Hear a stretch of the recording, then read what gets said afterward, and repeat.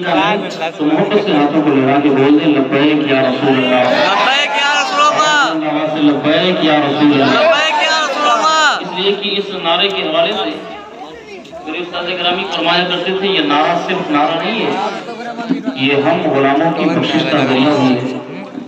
اور یاد رکھو یہی وہ نعرہ ہے جس نے بد مذہبوں کے سینے پر حقانیت کی ایسی کیل ٹھوکی ہے کہ قیامت تک وہ درد و چبھن ان کو احساس ہوتا رہے گا جب تک سنی یہ نعرہ لگائے گا۔ لہذا پورا مجمع ادب کے ساتھ اپنے نبی کو پکاریں اور کہیں لبیک یا رسول اللہ، لبیک یا رسول اللہ، لبیک یا رسول اللہ، لبیک یا رسول اللہ۔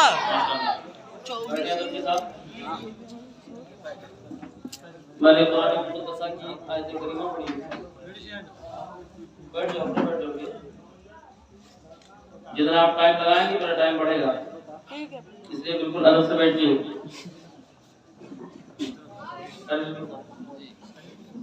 جی ہاں، ویسے رات بھی جاگنا ہے، ایسی بات نہیں ہے، اور شب بیداری آج کی رات ضروری ہے، اور بہتر طریقہ یہ ہے کہ آج کی رات شب بیداری کی رات صبح آپ سحری کریں، سحری کے وقت میں، اور روزہ رکھیں کب کی دن بڑی فضیلت ہے، بے شمار فضیلتیں اس کے تعلق سے احادیث مبارکہ میں آئی ہے۔ میں چاہتا ہوں آج تھوڑی دیر سرکار خواجہ کا ذکر ہو جائے،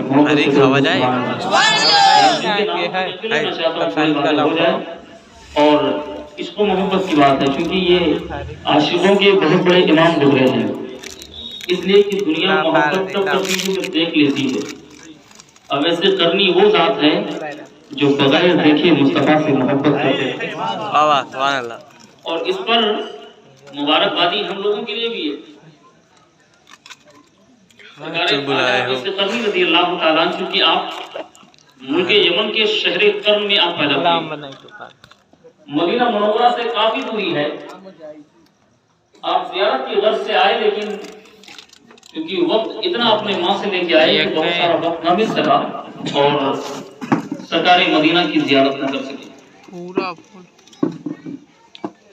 اب اس حوالے سے علماء نے بحث کی ہے کہ ایک محبت جو محبوب کو دیکھ کر کی جاتی ہے، تو ڈاکٹر اقبال کہتے ہیں اس محبت میں اتنی کشش نہیں ہے جتنا بغیر دیکھے محبت ہوتی ہے، اس لیے کہ آپ اس میں دیدار تو ہے نہیں لیکن چاہت دونوں طرف سے ہوتی ہے، اور اس کا ثبوت کب ملتا ہے جب حضرت اویس قرنی رضی اللہ تعالیٰ، چونکہ آپ شہر قرن ملک یمن میں، اور میرے سرکار کبھی کبھی مدینہ منورہ میں اپنے سینے کو کھول کر اور کہتے میرے صحابہ ملک یمن سے مجھے وفا کی خوشبو آتی ہے، تو صحابہ نے کہا یا رسول اللہ ایسا کیوں ہے؟ میرے سرکار فرماتے میرا ایک دیوانہ وہاں پہ ہوتا ہے۔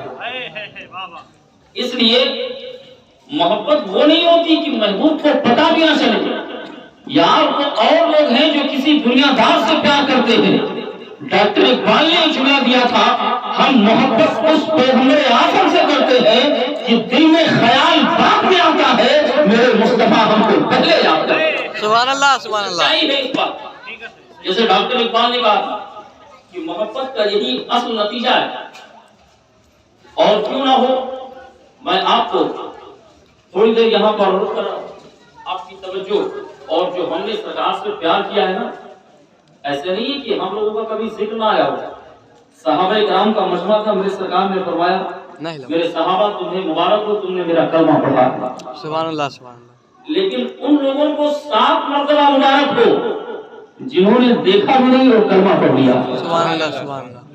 اور چونکہ ہم لوگوں نے دیکھا تو نہیں، تو صحابہ نے عرض کیا یا رسول اللہ یہ مسئلہ ایسا کیوں؟ میرے سرکار فرماتے میرے صحابہ تم نے کبھی دیکھا سورج کو پلٹتے ہوئے؟ تم نے کبھی دیکھا کہ میں نے چاند کے 2 ٹکڑے کیے؟ تم نے کبھی دیکھا میری انگلیوں کی کھائیوں سے پانی نکلا؟ میرے صحابہ تم نے کبھی دیکھا کہ درخت چل کر میرے پاس مجھے سجدہ کرنے آیا ہے؟ میرے صحابہ تم نے کلمہ تب پڑھا ہے جب میں نے معجزات کو دکھایا،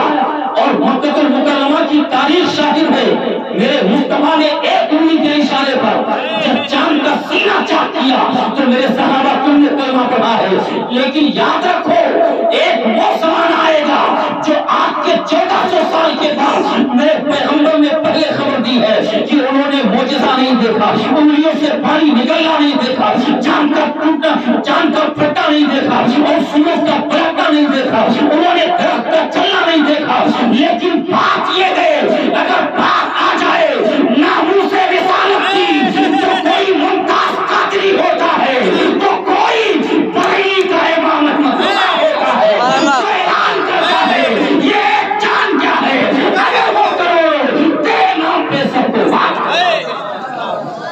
سبحان اللہ سبحان اللہ اللہ اکبر یا رسول اللہ زندہ آباد ایک محبت وہ کی جب دیکھ کر کی گئی، لیکن یار ہم کیوں نہ ناز کریں اپنے مقدر پر۔ میرے سرکار نے فرمایا میرے ان غلاموں کو 7 مرتبہ سلام جنہوں نے دیکھا نہیں میرا کلمہ پڑھ لیا، سبحان اللہ سبحان اللہ۔ اور یہی وجہ ہے ملک بھارت پہ ہمیں ناز اسی بات پر ہے کہ میرے سرکار کبھی کبھی ملک بھارت کی طرف رخ کر کے کہتے میرے صحابہ ہند سے مجھے وفا کی خوشبو آیا ہے، اور ڈاکٹر اقبال نے جو جملہ کہا سارے جہاں سے اچھا ہندوستان ہمارا، اس بات کی ضمانت یہ نہیں ہے کہ اس ملک بھارت میں گنگا اور یمنا آباد ہے، اس لیے نہیں کہا کہ یہاں پہ لال قلعہ اور تاج محل آباد ہے۔ ڈاکٹر اقبال سے کبھی پوچھو کہ آپ نے بھارت کو اچھا کیوں کہا تو کیسے سنو، اس لیے کہ میرے مصطفیٰ نے وفاتی بات کہی تو کسی اور کا نام نہیں بلکہ میرے ملک بھارت کا نام لیا ہے۔ ڈاکٹر اقبال بولے سارے جہاں سے اچھا ہندوستان ہمارا، ہم بلبلے ہیں اس کی یہ تو پڑھا ہوا تھا ہمارے یہ ہے محبت کا اصل تقاضا۔ لیکن یار آج چونکہ ٹاپک یہی محبت کی رہے گی، اور میں بتاؤں گا اویسے کرنی کس کو کہتے ہیں۔ محبت سے بول دے سبحان اللہ، اور بیداری کے ساتھ بول دے یا رسول اللہ یا رسول اللہ۔ کیونکہ آج ہم کو نا تبلیغ کے طور پہ سمجھایا جا رہا قاری صاحب، اور میں نے دیکھا اچھا آپ لوگ سبحان اللہ اور درود شریف پڑھتے تو کوئی تبلیغ تو نہیں ہے؟ نہیں، چونکہ یہ پروگرام ہمارے گاؤں میں کبھی کبھی ہوتا ہے مردہیا پروگرام، اس میں نہیں اس کو مردہیا پروگرام بولتے ہیں، اس میں درود و سلام ہے نہ اس میں فاتحہ ہے، بس اللہ جانے وہ کیا ہوتا ہے۔ اچھا مناتے بھی ہیں تو حرام خور سیرت النبی مناتے ہیں، جشن عید میلاد النبی پہ جنازہ نکلتا ہے۔ یہاں میں آپ کی توجہ چاہوں گا فرق کیا ہے، وہ دوسری پارٹی کرتی ہے تو سیرت النبی، ہم کرتے ہیں تو میلاد النبی۔ سبحان اللہ سبحان اللہ۔ ہمارے صدر صاحب بھی ہیں، آج میں تشریف رکھیں، بس اب چونکہ بات یار ٹاپک کیا گئی نہ جاؤ، چونکہ بات جب مسئلہ کیا ہے تو چونکہ ہم کٹر بڑے لوگی ہیں، محبت سے بول سبحان اللہ۔ یار ایک بات بتاؤ، کبھی آپ بھی سوچ سکتے ہو نا، ایک ان کا پروگرام ہوتا تو ٹائٹل میں سیرت النبی، اور ہمارا پروگرام جشن عید میلاد النبی۔ ایک بات بتاؤ یار، سیرت اور میلاد میں فرق کیا ہے؟ ہر ایک چیز کا ایک محل ہوتا ہے، اسی لیے میرے استاد گرامی علامہ مفتی امان الرف صاحب کہتے تھے اہل حدیث اور وہابی بننے کے لیے جاہل ہونا شرط ہے۔ جتنا بڑا جاہل ہوگا اتنا بڑا وہ اہل حدیث اور خبیث وہابی ہوگا۔ اس لیے اگر علم ہوتا تو وہ دامن اعلیٰ حضرت کو مضبوطی سے تھام کر مصطفیٰ سے پیار کر کے اور بریلی کی چوکھٹ کو یہ جھوم کے کہتا یا رسول اللہ میں مجرم ہوا تھا، مجھے ساتھ لے لو کہ بستے میں ہے جا بجا۔ اس لیے کہ وہ اپنے جرم کا اقرار کرتا ہے، یعنی علم ہوتا تو اپنے جرم کا اقرار کرتا۔ کہتے ہیں سیرت النبی، بھائیو ہمارے یہاں سیرت النبی کا پروگرام ہے۔ مولوی صاحب پہلے سمجھیے سیرت النبی کیا ہے اور میلاد النبی کیا ہے۔ یہ صرف ایک بینر لگا دینے سے آپ سیرت النبی والے نہیں ہو سکتے، اور شیطانوں کی چند کمیٹی بنا کر آپ دین کا کام نہیں کر سکتے۔ اس لیے کہ اس ملک بھارت پر میرے امام احمد رضا کا پتہ ہے، اور یاد رکھو چونکہ یہ شہر بریلی سے بہت قریب کا رشتہ ہے، اور اسی لیے بھارت میں اتنی خانقاہیں آباد ہے کہ یہاں جب تک آپ تاریخ اٹھا کر تو دیکھو، کبھی تیرے باپ دادا جب بکے تھے نا انگریز کے ہاتھوں پر، تو یہی وجہ ہے جب عبد الوہاب نزدی کی کتاب، جب اب کتاب التوحید کو ملک بھارت میں لا کر اسماعیل دہلوی نے اپنے ایمان کا جب سودا کیا اور اس کا ترجمہ اردو میں لکھ کر تقویت الایمان کے نام سے شائع کیا، کبھی اشرف علی تھانوی بک رہا تھا اور کبھی قاسم رانوتوی اپنے وجود کا سودا کر رہا ہے، کبھی رشید احمد گنگوہی، یا میں آپ کو تاریخ کی بات بتا دوں، جب بریلی سے یہ فتویٰ آیا تھا کہ نسبندی حرام ہے، اور اس وقت موجودہ کانگریس کی حکومت، یہ لوگ جو کہتے ہیں ہم دین کے ٹھیکیدار ہیں،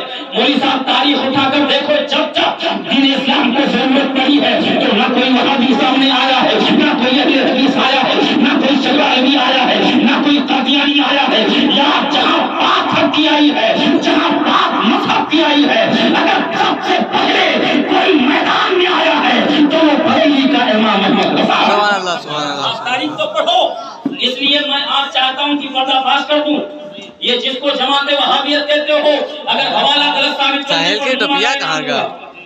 آپ بتاؤ نسبندی حرام ہے کہ نہیں؟ پوری دنیا جانتی ہے، اور اس بات پہ کانگریس کی موجودہ حکومت میں بحث چل رہی تھی، کانگریس کی حکومت نے بریلی جا کر، اور خود گاندھی جی نے کہا، اس وقت چونکہ سونیا اندرا گاندھی کا معاملہ تھا، انہوں نے خود جا کر کہا، سرکار مفتی اعظم اعلیٰ حضرت کے بیٹے سے کہا، دیکھو حکومت کا مسئلہ ہے، آپ بیچ میں ٹکراؤ مت، اس لیے کہ بہت سارے وہابیوں نے فتویٰ دے دیا ہے کہ نسبندی جائز ہے، اور یہ لوگ جو کہتے ہیں نا ہم دین کا کام کر رہے ہیں، سہارنپور میں کمرے کے اندر بیٹھ کر 5,000 روپیہ لے کر وہابیوں نے فتویٰ دیا۔ یہ وہ جماعت ہے جو 5,000 میں اپنے ایمان کا سودا کر رہی ہے، لیکن پہلی بار ہم جان کیوں لٹاتے ہیں؟ یار ایک طرف وہابیت نے فتویٰ دیا، اسی ملک بھارت کے اندر جب انتشار پھیل گیا، چونکہ حکومت کا مسئلہ ہے، ایک طرف پولیس کی سیکورٹی بھی ہے، ایک طرف قانون بھی ہے، ایک طرف حکومت بھی ہے، لوگ یہاں گھر چھوڑ کر کھیتوں میں چھپ رہے تھے، لوگ اپنی جان بچا رہے تھے اور سوچ رہے تھے اب مذہب اسلام کا کیا ہوگا، اب شریعت کا کیا ہوگا، چونکہ سہارنپور سے وہابیوں کا فتویٰ آ چکا ہے کہ نسبندی جائز ہے، 5,000 میں ایمان پیش دیا ہے، لیکن یاد رکھو یہ بات جو بریلی پہنچی اور وقت میں ڈی ایم نے کہا تھا، اے مفتی اعظم اعلیٰ حضرت کے بیٹے آپ بھی سائن کر دو، ورنہ بھارت میں کچھ بھی ہو سکتا ہے، بہت جانے جا سکتی ہے یا خون خرابہ ہو سکتا ہے، تو اس وقت امام احمد رضا اعلیٰ حضرت کے بیٹے نے کہا، اے ڈی ایم سن لو، یہ بریلی ہے، بریلی، یہاں فتویٰ نہیں بدلتا بلکہ یہاں سے حکومت بدلے۔ اور یاد رکھو آج 30 سال کا عرصہ گزر گیا ہے، آج بھی کانگریس اپنا چہرہ چھپا کے گھومتی ہے، اس لیے بریلی سے جو بھی ٹکرایا ہے اللہ نے اس کو ایسا مٹا دیا ہے آج ان پہ کوئی پوچھنے والا نہیں۔ سبحان اللہ سبحان اللہ۔ اس لیے وہ لوگ جو کہتے ہیں دین کا کام کر رہے ہیں اور مولوی صاحب توحید کی بہت بڑی بات کر رہے ہیں، نہیں، ہم ایک خدا کی بات کرتے ہیں، مزارات پہ آپ مت جائیے، آپ مزار کی کیوں پوجا کرتے ہیں؟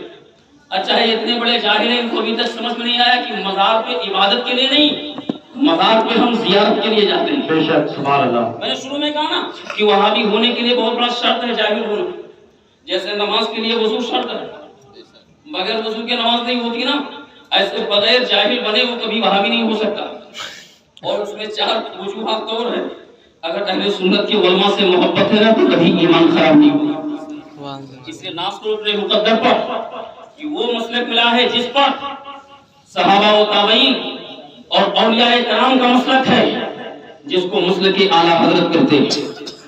میں باتیں اس لیے کر رہا ہوں کہ آپ ایمان بچا لو، کوئی ضروری نہیں آج ہو کل وقت آ سکتا ہے، اور قبر میں جانے کے بعد سب کو سچائی تو پتہ ہی چل جائے گا، لیکن یہ میرا دعویٰ ہے آپ سے، مسلک اعلیٰ حضرت پہ جو مضبوطی کے ساتھ قائم رہا تو وہ بندہ دنیا میں بھی کامیاب ہوگا اور آخرت میں بھی کامیاب ہوگا انشاءاللہ، دنیا دیکھیں۔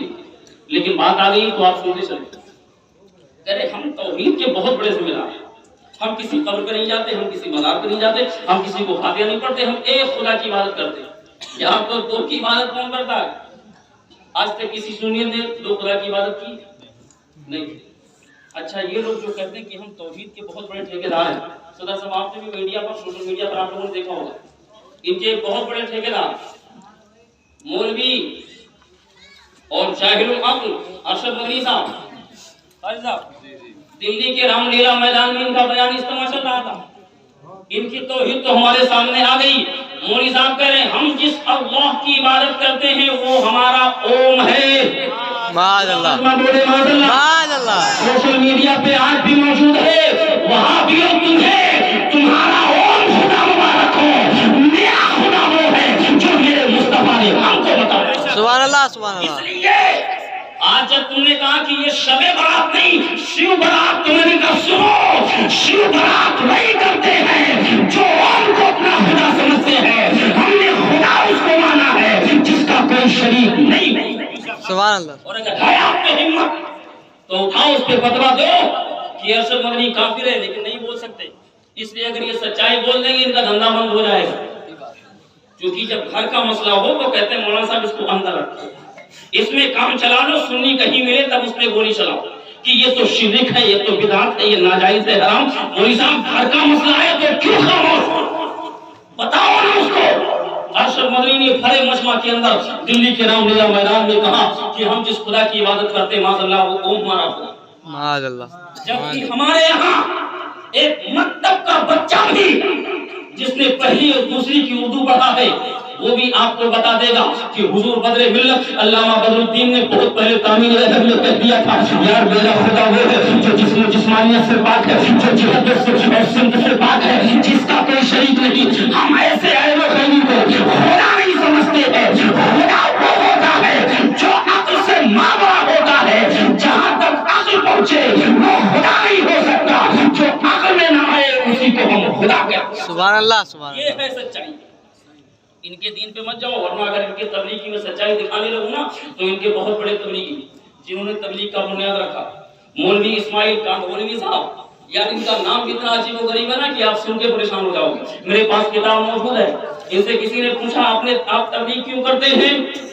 کیا دین کا کام کر رہے ہیں؟ کہا نہیں، آپ سمجھے نہیں، دین کے آڑ میں ہم کچھ اور کام کرنا چاہتے ہیں. یہ 100 سال پہلے الیاس کانگوروی نے لکھا تھا کہ دین کے آڑ میں کچھ اور کرنا چاہتے ہیں. آج تم نے دلی کے رام لیلا میدان میں جب تم نے RSS اور بجرنگ دل کے گنڈوں سے ہاتھ ملانے کے چکر میں توحید کو خون کیا ہے. اگر سنی اب نہیں سمجھے گا تو سنی کب سمجھے گا؟ یار یہ وہ وہابی ہے جن کو میرے امام نے 100 سال پہلے بتا دیا تھا کہ یہ وہابی مسلمان نہیں بلکہ کافر ہے. حق ہے حق ہے. آج سچائی پتہ چلی ہے. اس لیے کہ جب بات آتی ہے حقانیت کی آپ تم کہتے ہو کہ نہیں ہم تو سمجھے نہیں. اس لیے آنکھ کھول کر دیکھو، میرے امام فرماتے سونا جنگل رات اندھیری چھائی بدلی کالی ہے، سونے والوں جاگ کر ہی چوروں کی رکھوالی ہے. سیرت النبی کا پروگرام کرنے والوں، سیرت النبی اور میلاد النبی میں بڑا فرق ہے. اس لیے یہاں محترم ندیم بھائی بھی موجود ہے اور بہت سارے لوگ جو پڑھے لکھے ہیں وہ سمجھتے ہیں، ہمارے علموں پہ علماء بھی بیٹھے ہیں. یار ہر چیز کا ایک محل ہوتا ہے. مثال کے طور پر یہ ٹوپی ہے نا، اس کو ہم سر میں لگاتے ہیں. اگر اس کو اٹھا کے پیر میں رکھنے کو یا پوری دنیا کہے گی کہ مولانا کیا بیوقوفی والی کام کرتے ہو. یہ ٹوپی کی جگہ جو سر ہے وہ اس کو پیر میں نہیں رکھتے. اچھا چپل کہاں پہنتے ہیں؟ سر میں کہ پیر میں؟ پیر میں. اور پیر سے اٹھا کے کوئی سر پہ رکھ لے تو دنیا کہے گی کہ یہ ان کا مجنون، یہ پاگل ہے. اچھا ہم میلاد النبی کے بجائے سیرت النبی کرنے والوں کو پاگل سمجھنا کیوں؟ یا سیرت النبی کہتے ہیں نبی کی سیرت، اور میلاد کہتے ہیں کسی کے آنے کی خوشی کو. کسی کے آنے کی خوشی کو میلاد کہتے ہیں، اور کسی کی سیرت. تو سنی ایسا نہیں کہ